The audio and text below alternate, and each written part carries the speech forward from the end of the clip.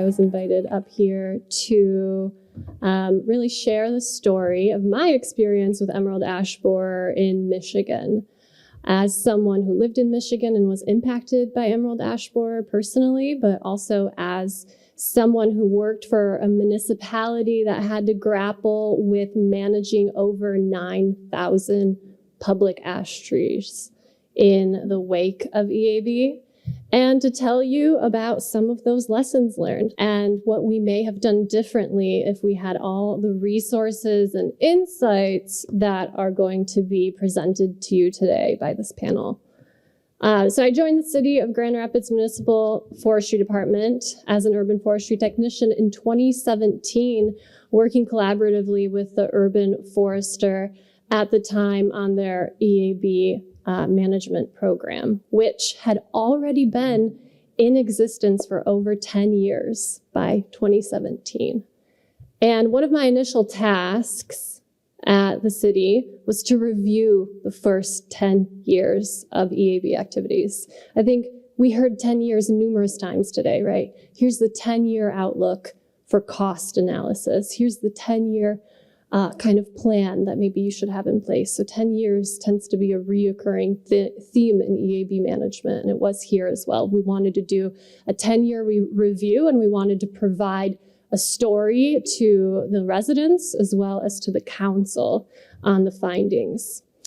And in my analysis, what I quickly learned and discovered is that progress that had been made with managing this destructive pest really laid on the backbones of a few community champions, a few people that really had ideas and insights and were coming to council meetings and were voicing their opinions, guiding the management. So Grand Rapids had over 7,000 ash street trees. That was about 15% of all of the street trees, and hundreds, if not thousands, more ash trees in both developed and undeveloped park areas. And those were all the responsibility of the city to manage. Unlike a lot of PNW cities, the city does take on the management responsibilities of all the street trees in a lot of Midwestern communities. And the initial plan proposed to City Council in 2007 was to remove all of those trees and only selectively replant them if it made sense to put a tree there, again, especially of that size. There were a lot of power line conflicts with the existing ash trees. So sometimes those trees maybe even were growing in lawns that were less than 4 feet wide. So, selectively replanting them. And even in 2007, the estimated cost of all of that was $12 million, even when those costs were a bit lower. So that was obviously a lot for the council to take in and figure out how to finance. And also the proposal was not received well. The residents didn't want to see all of the trees just cut down. And there was one resident who was a huge advocate, Dottie Clune is her name. She rallied her neighbors to see if the city could create a no-cut list, and if that no-cut list could then lead to a treatment program, and if the residents could provide funding for the treatment program. So in a matter of 6 weeks, there were 300 trees added to the no-cut list. And that really proved that the residents wanted something different. So eventually the city did end up treating 1,400 public trees that were deemed valuable and suitable for treatment. And then eventually, with staff changes, the next city forester, Joe Sulak, brought in a new goal. So there was only 1,400 ash being treated. There was still a lot of ash being removed, obviously. And he realized that there needed to be utilization of this wood, if possible. And that came following some examples of successful projects from municipalities like Ann Arbor, which Paul will talk about, and Flint, Michigan, which Margaret worked on. So the city of Grand Rapids had some good intentions for wood utilization. They even had good ideas, but just as everyone has faced before, they had capacity issues. They had staffing issues, and they had dealt with what we all dealt with, sharply diverted urban forestry funding around 2009. So that was going to be very limiting for them. But the next thing I learned in my 10-year EAB review was that champions like Dottie and Joe, who were the seed of an idea, weren't enough. A plan needed to be put in place that could be rallied by numerous people and could be taken as staff turnover occurred from one person to the next. So at one point when I was working at the city, we had thousands of large logs sitting in our municipal log yard, as you can see here, that had not been processed. And the log yard was really overwhelmed. And it was a constant point of conversation between crews, between city management, and it always led to the same question: what are we going to do with all of these logs that have just been sitting here for 5, 6, 7 years? What is the plan, especially as trees continue to be cut down by our city crews and the log storage capacity of the yard continues to be reduced? So this is oftentimes the reality of a quickly moving invasive pest. So the problem started getting us thinking on the concept of what could we do, or what could the city have done better to proactively address the log issue, and what were the missed next steps. So there was obviously a lot that could have been implemented along the way. And if we knew what we know now, we probably would have done 4 things that I imagine a lot of people will touch on today. 1, established and enforced a better log sorting and management system in this municipal yard. 2, sought out those public-private partnerships, exploring wood utilization options.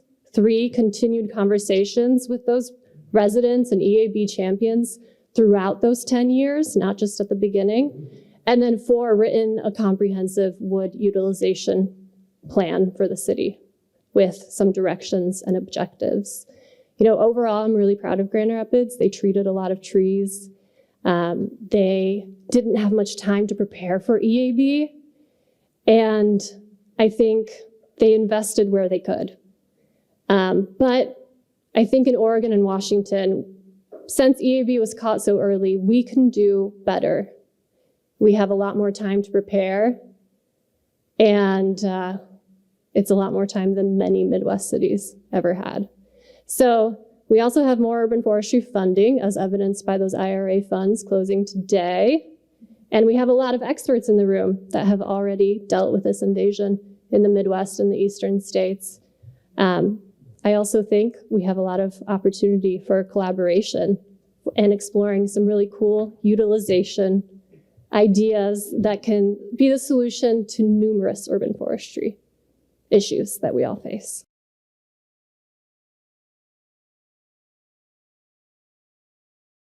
Good afternoon, everybody. My name is Paul Hickman. I am the founder and CEO of Urban Ashes, and you're going to hear a lot of things very much connected to what Daria just spoke about. I got involved with what I used to say, and still kind of do say, urban salvage wood in the mid-late 90s as the retail sales manager for a company called EcoTimber, for those who may remember EcoTimber, based out of the Bay Area and San Francisco. That was my introduction to utilization of street trees. The first one I ever personally used was a camphor tree, and obviously not native to this country. And shortly thereafter, I moved back to the Midwest. I'm originally from Indiana. I believe there was another Indiana panelist up here earlier. Go IU. Moved back to Michigan, though. I went to Ann Arbor, another Big Ten school. And shortly thereafter, I moved there in 2001. And as probably most of you know now, 2002 is when Michigan acknowledged that the emerald ash borer was first identified in Canton, Michigan, which is 18 miles pretty much due east of Ann Arbor, and about 44 miles southeast of Grand Rapids, to give you kind of proximity, how quickly it spread. Early on in the emerald ash borer situation, the group of us got together, and I was part of a organization, was on a board for a group called the Environmental House. And because I was really the only one at that point that had any experience with urban wood utilization, everybody's looking at me as the guru, and Like, I've only done this for a couple years. So that's a little terrifying. But we put together, there's original 4 of us, we put together a network of mills. We started the original Urbanwood project. You'll see another one under that name out of Baltimore now that came about 10 years later. But we launched the Urbanwood project in Southeast Michigan. And with those mills, we're selling lumber at a local retail store, grew to about 4 other locations across Southeast Michigan from about 2005 to 2009. And then in 2009 or so, launched Urban Ashes as a manufacturer of picture frames and furniture, as Scott said, and we grew to sell to about 250 retail locations in 43 states. But I started to really realize our impact as a picture frame company. Even though we grew to a pretty good size, we were selling toothpicks and diverting toothpicks, and the volume of urban wood out there is ridiculous. It's, for those who don't know, there's roughly about 46 million metric tons of furniture grade urban lumber available every year in the United States that ends up either being chipped or turned into firewood or biofuel. So that's a pretty substantial volume. As far as carbon goes, as Scott said, carbon is a very big thing. Most of you probably know that wood is on average about 50% carbon by weight. And so cut that in half, you're down to about 23 million metric tons of carbon released every year that we could capture if we actually utilize it. So what I want to talk about here is several have already said, in Michigan, we had no idea this was coming. Obviously, we knew it was a pretty nasty pest initially, but it probably took 2 or 3 years in the state for them to really realize the magnitude, or the kind of like COVID, but COVID was a little faster, that how bad it is. And once we actually started to engage in it, most of the trees were really in bad shape already. And so what I want to show here in the next few minutes I have available is to compare the difference of what Michigan's gone through and what Oregon is just starting to embark on, and what potential Oregon has because other cities and other states around the country have already been through this. So I'm going to run through some quick numbers here. Michigan, they lost roughly hundreds of millions of ash trees, 200 million or so on the conservative side, 20% of them at 24 inches or greater in diameter. That equates to about 15 billion board feet lost, or 11.2 million metric tons of carbon lost. That's what Michigan's lost in the last 20 years. Most of it was lost in the first 10 years. 41.2 billion metric tons of CO2 emitted, and roughly 680 million tree saplings. This one is what always amazes me. That's the equivalent of planting 680 million tree saplings and grown for 10 years. So that's how much carbon was lost. If you were to try to make up for it in tree planting, that's how many you'd have to plant. That's a pretty substantial. In 2005, 2 years post the first EIB, there was we were processing roughly 200,000 board feet of urban salvage wood, or 150 metric tons. Not a lot. We were just getting started. In 2019, the state, we estimate that we're processing about 263 million board feet is available of furniture grade lumber, and we are or 400,000 metric tons of carbon available to be sequestered. Of that, we're actually only doing about 2 million board feet at this current time, or 3,000 metric tons of carbon sequestered. Now jump forward, and that's how the equivalent of the saplings that we're planting now from processing. Currently, we're only capturing 1.12% of what's available in Michigan. It's still a small percentage. So really in the last 5-10 years, things have ramped up quite a bit in Michigan, but also around the country. So we're projected in 2028, 26 years after the first EIB identification, to be up at about 10% of the available hardwood, urban hardwood, or 26 million board feet processed, and 40,000 metric tons of carbon sequestered. And that's the equivalent of planting 2.45 million trees. So what I want to point out here is the utilization is something that can be put in partnership with planting. And you have this correlation here to offset that. And cities start to realize that when they're losing 600 trees and planting 1,000 trees a year. And then when you do the math and they realize it's going to take them 15 to 20 years of planting 1,000 trees to make up for year one of lost. So we got to come up with other ways of capturing that carbon lost. Now bringing in Oregon. I got 1 minute left, so I got to do Oregon fast here. You guys are just starting, so not too bad. Your estimated processing currently of urban wood is about 850,000 board feet, or 1,272 metric tons of carbon being sequestered. This is all urban salvage wood being processed. And in comparison against Michigan side by side, you'll see, so they're still behind Michigan quite a bit. Obviously, there's a lot less hardwood here than in Michigan, but you can still see the volume is well behind Michigan. However, when you project to 2028, if we start now aggressively, as we are in Michigan at the moment, I think we can hit 34% of what's available by the same time in 2028 of 20 million board feet processed and 40,000 metric tons. So my point here is that we're at a point to really start building the infrastructure now. Don't wait.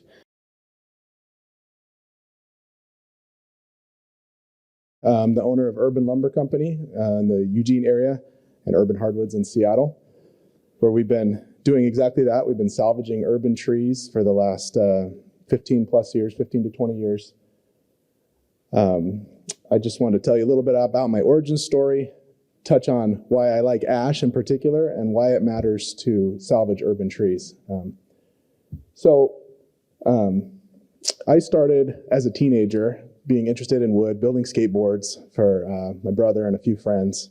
And as I was doing that, always looking for good wood, I started seeing trees coming down around Eugene that I quickly found out weren't being fully utilized. So I saw an opportunity there. I started Urban Lumber Company in 2006, where we take down big trees like this, trees that are storm damaged, hazardous. They come down when they're diseased, like the emerald ash borer. We've dealt with a few different blights over the years, including 1,000 canker disease and a blight that's been killing off incense and Port Orford cedar lately. But we take this material, we saw it up, including sawing it on a mill that I built that we call Black Slabbeth, that'll cut 8 feet wide. It's very cool. So large slabs are one of our specialties. We turn these slabs after they've been dried and planed and sanded into custom furniture. We do a lot of work for commercial work, as far as like office spaces, hotels and restaurants, as well as residential work. We are located in the old historic Booth Kelly sawmill site in downtown Springfield, which has got some cool history in the wood products industry. But I love to tell people how now we are doing salvage and reclamation and building high-tech furniture in the old space. So as far as ash goes, I love ash. We don't work with a ton of it, but I do like it. It turns into really great products. As some of you may or may not know, it's got some really interesting properties and characteristics. It's hard and strong, but it's also flexible. It's one of the reasons they make handles and baseball bats and things out of it. It bends well. It takes a stain well. It dries well, which is one of our challenges. One of our biggest challenges in processing wood in general is getting it dried and keeping it flat and straight. And ash is a very stable wood for its other properties. A couple of the example projects we've done out of ash, we've done some really great, big, beautiful tables out of ash, which is one of our specialties. Ash takes a stain really well, and we'll often use ash when we need to stain it or darken it. It looks really good blackened. We did a really cool blackened ash table for the CFO of Oracle for their personal house, which was really cool. Currently, we've got a project going for Microsoft, which is a great example of a collaboration, not so much a municipality collaboration, but another business. Up in Seattle, they took down close to 300 of their kind of street trees on their campus to rebuild this new campus. And it was really important to them to salvage these trees, track them along the way, and see them come back into the new campus as furniture. Some of those are ash. So we're currently working on that. Partnerships are possible. There's definitely challenges and not enough time to get into all of those. But, I just wanted to say that trees, especially here in the Northwest, same in Michigan, but trees are kind of part of the thread of the fabric of our community. It's one of the reasons we live here. We have more trees than people, and we like it that way, and we want to try to keep it that way. Nobody likes to see trees come down. These types of things are unfortunate. But I think the best way to honor a tree and honor the legacy of a tree is to save it and salvage it and put it into something that ideally will last longer than the tree itself did. It's not only sequestering the carbon, but like I said, I feel like it's honoring what the tree was and the time that it took to grow and all of the good things we got from it that we all appreciate. So that's my mission. That's what I'm here to do. Definitely check out our work, or feel free to reach out at Urban Lumber or Urban Hardwoods to learn more. Thank you.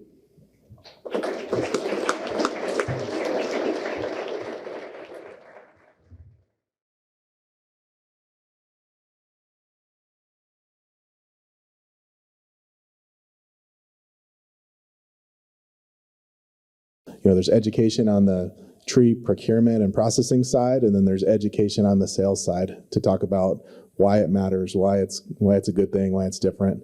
Policy on the user end could be helpful. In Eugene, I know that the University of Oregon, who's a major part of our community, has like sustainability policies within their new building. And so that definitely helps. We do a lot of work for kind of upcoming tech companies when they really care. Like I mentioned, the Microsoft thing, they really are taking a lot of extra steps and time. They reached out years ahead because it can take years to process some of this stuff in order to do it. And that's just partially being educated. It really does come from the cities and municipalities to start the ball rolling. And then more people doing what we're doing will step into place when they see that there's the demand. And then it takes that magic of marketing that we're all still searching for the perfect key to do. Like the chestnut, we told a story on that. We didn't know it was that popular. And it's kind of making its own way, but not every tree is going to have that. Not every tree is going to be 66 inches wide. It's going to be 30 inches. And how to give a really kind of worthless piece of wood a life is a trick. So it comes from a lot of key players stepping up.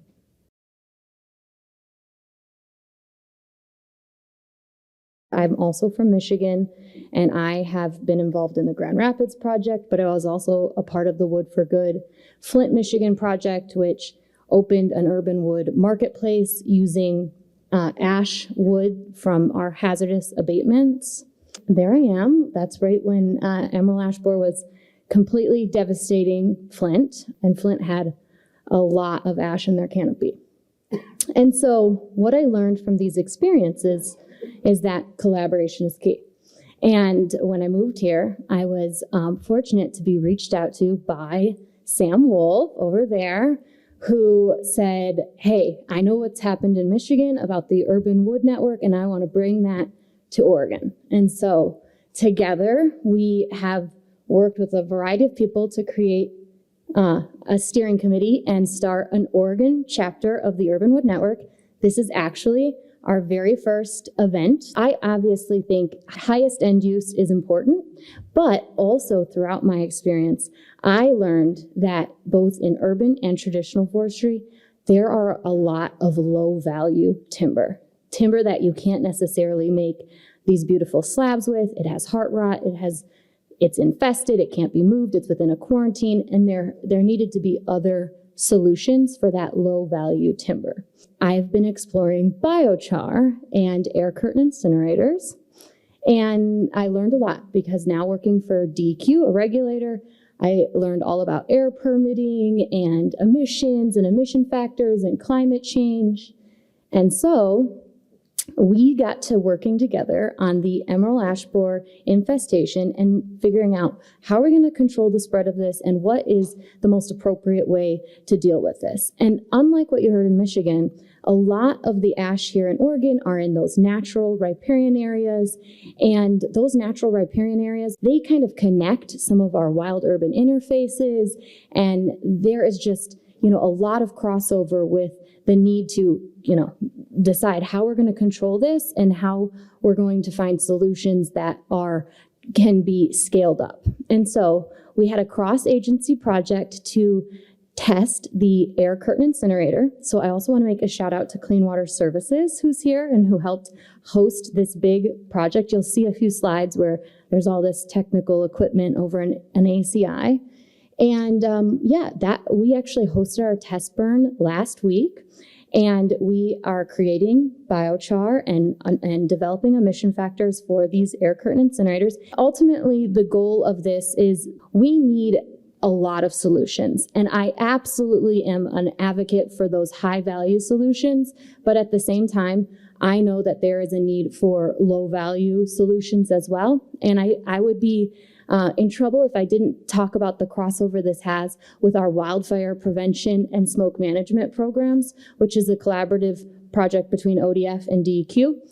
Obviously, we are a state that has a wildfire problem, and we do a lot of prescribed burning, and we have some very smoke sensitive areas. So the exciting thing about the air curtain incinerators are that they have very low visible emissions. So you can actually stand right by where these incinerators are operating and you won't be impacted by the smoke. So these are a great smoke reduction unit or emissions reduction unit and technology.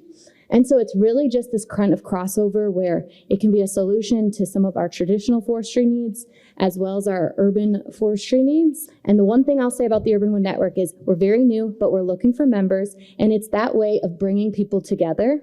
So it brings together those that are the artists, the woodworkers, the millers, the sawyers, the arborists, the municipalities, the state. And so we're really actively trying to find members.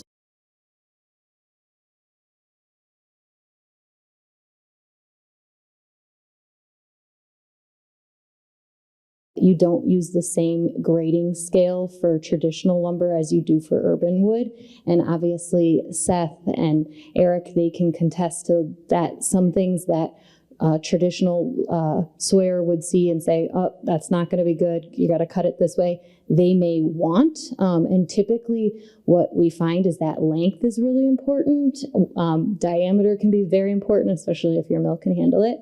But we are talking about potentially hosting training opportunities like that. I see Sam nodding her head.